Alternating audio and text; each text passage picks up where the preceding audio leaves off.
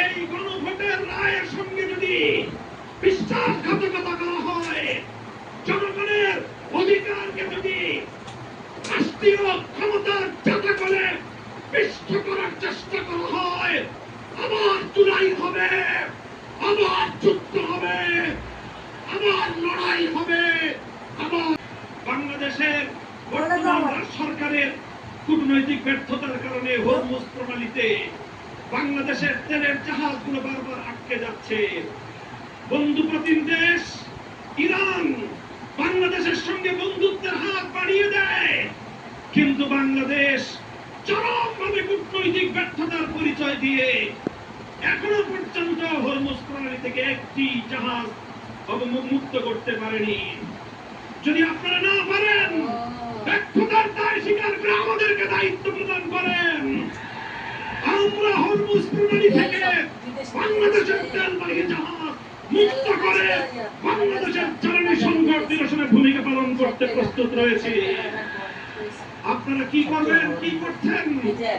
বাংলাদেশ ব্যাংকের গভর্নরের পদ দখল করেছেন, বাংলাদেশের গোটা ব্যাংক সেক্টরকে দুর্বৃত্তদের হাতে তুলে দিয়েছেন।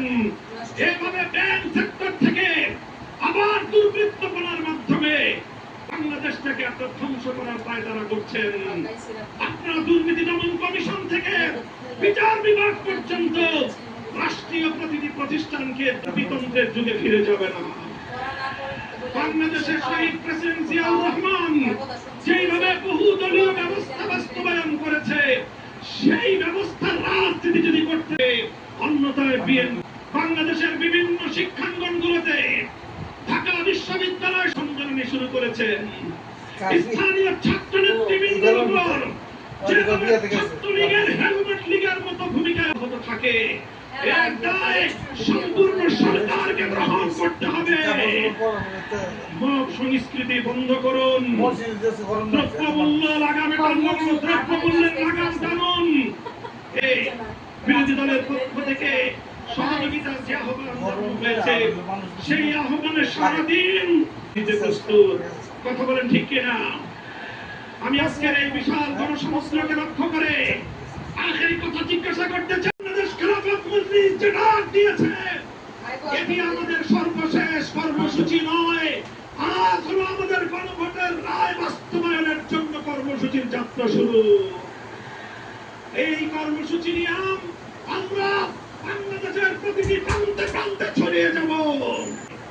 আগামী 3 মাস, মে, জুন, প্রত্যেকটা জুলাই, বাংলাদেশের এবং দেশের অন্যান্য চলমান সংকট নিরসনের দাবিতে বাংলাদেশ খেলাফত মজলিস জেলায় জেলায় নাগরিক সমাবেশ করবার ঘোষণা দিচ্ছে। প্রতিটি জেলায় নাগরিক সমাবেশ বাস্তবায়নের পর 2026 সালের 36শে জুলাই, 5ই আগস্ট ঐতিহাসিক ঢাকায় বাংলাদেশ খেলাফত মজলিসের ডাকে গণমিছিল অনুষ্ঠিত হবে ইনশাআল্লাহ। কর্মসূচিগুলো আপনারা বাস্তবায়ন করবেন তো ইনশাআল্লাহ? আমরা আমাদের আবার আখেরি পয়গাম দিয়ে যেতে চাই। এই গণভোটের রায়ের সঙ্গে যদি বিশ্বাস